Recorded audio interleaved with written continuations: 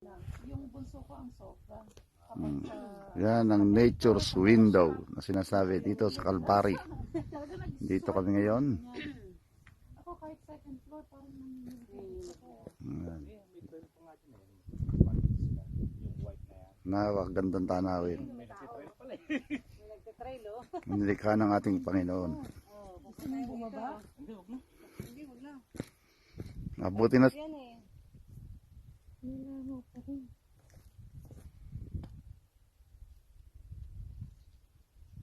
Hindi mo masasabing man-made yan. Ay, hindi. Tao yan. Nature talaga yan. Napakaganda. Tsaka yung mga formation ng...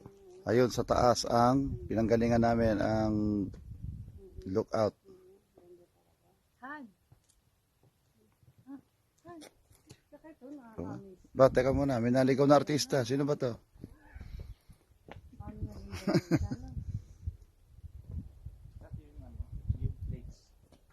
Yan si Mel at si Mario.